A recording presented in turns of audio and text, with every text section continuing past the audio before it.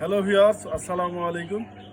আমরা আজকে আপনাকে দেখাবো পল্লী বিদ্যুৎ সাব স্টেশনে কোনটা দিয়ে বিদ্যুৎ সরবরাহ করা হয়, কোনটাতে ভোল্টেজ বাড়ানো হয় এবং কোনটাতে বিদ্যুৎ চালু এবং বন্ধ করা হয় আপনাদের আজকে দেখাবো।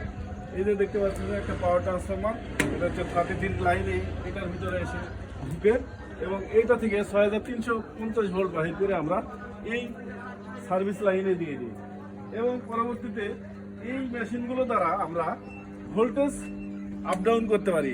আমরা ভোল্টেজকে 240 থেকে শুরু করে নিম্ন দিকে নিয়ে আসতে পারি এবং আপার সিস্টেমে নিয়ে যেতে পারি। এগুলো আমাদের হচ্ছে ভোল্টেজ রেগুলেটর, যার দ্বারা আমরা ভোল্টেজ কম বেশি করতে পারি।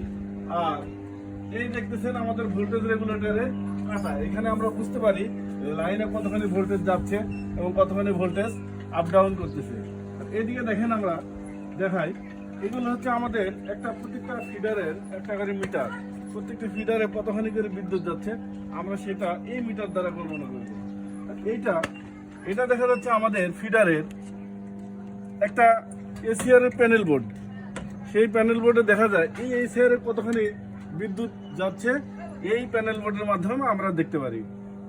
এটা হচ্ছে এক ধরনের প্যানেল বোর্ড এবং এটা হচ্ছে আরেক কোম্পানির প্যানেল বোর্ড। বিভিন্ন ধরনের কোম্পানির প্যানেল বোর্ড বিভিন্ন ধরনের হয়ে থাকে এবং এইটা হচ্ছে আমাদের Cooper power system panel board. এটার মাধ্যমে আমরা জানতে পারি কিভাবে ফিডারে বিদ্যুৎ কত অ্যাম্পিয়ার যাচ্ছে। এই হচ্ছে আমাদের সাব স্টেশনের মোটামুটি একটা ধারণা দিলাম আপনাদেরকে। অনেক ধন্যবাদ। যারা যারা আমাদের ভিডিও দেখবেন লাইক কমেন্ট করে দিবেন। আসসালামু আলাইকুম রহমতুল্লাহ।